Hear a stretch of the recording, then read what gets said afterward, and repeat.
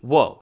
Joy surprisingly just revealed that she was recently diagnosed with somatic symptom disorder, or somatization disorder, where basically her mind is affecting the way she physically feels. That's a super brief way to describe it, but it's hard to diagnose and hard to pinpoint how to treat it for each person. The bright side of this for me is that this form of mental illness is being recognized and that she's getting the support and help she needs. Instead of calling her crazy or telling her to calm down, they were able to diagnose what's causing her physical distress, in turn preventing further mental distress, which is what this kind of disorder usually leads to. I think it's great to finally see the K-pop industry now, slowly but surely, in a transition period of recognizing mental health in any form, like in Joy's case, or Blackberry Creative letting Luna's hustle sit out to deal with her recurring anxiety, getting her to a healthy state of mind before all else. We're seeing a lot of idols go on hiatus now for mental health reasons, but also, especially this time of the year, for physical reasons like Stray Kids Seungmin with the flu. Just a couple of years ago, I'm sure he would have been standing on stage regardless.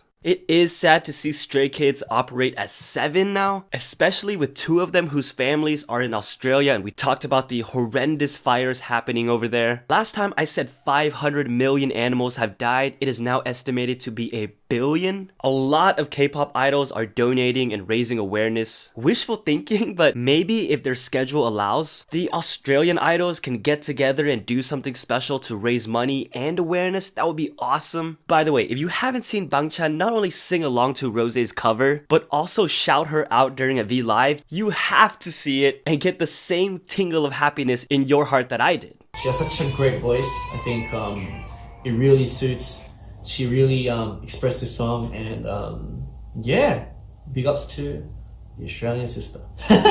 Sister. I wish I had an Australian accent. But yeah, hopefully we see more of these two, plus all the Australian idols stick together, especially after a small group of Korean netizens decided to throw hate at Rosé for her post and told her to go back home because she mentioned it was her home, which it is. Just atrocious, but sadly, it's part of being in the spotlight, which is why BTS's Shadow comeback trailer hits so hard, as it references the things Junkee first wanted, desired, and expected from the limelight, but then compares it with the reality of this life and success. I love the way his clothing goes from dark to light as he reflects on his past naive, brighter self. The things he wanted are right behind that door, but the wax remnants you see on the borders are the parts of ourselves that we have to shed and leave behind to get through that door, toward our dreams. But in doing that, it has its consequences. He is now left with the feeling of being incomplete, lost, wanting that part of him that he lost and wanting to be himself again, not just the persona that people want him to always be. People expect the same bright, driven, hungry person when in reality, the higher Suga climbs, the more scared he becomes. The last 2 comeback trailers are 2 sides of the same coin, representing the mental back and forth struggle they go through. And while there are so many other really cool references to their past work and open-ended questions to explore for their upcoming release, I hesitate to look too much farther beyond this because as we know with BTS, the next comeback trailer could entirely change the way we look at this one. Because according to Carl Jung, the shadow is the unknown within our conscious ego. It, along with this music video, is the part we cannot identify ourselves.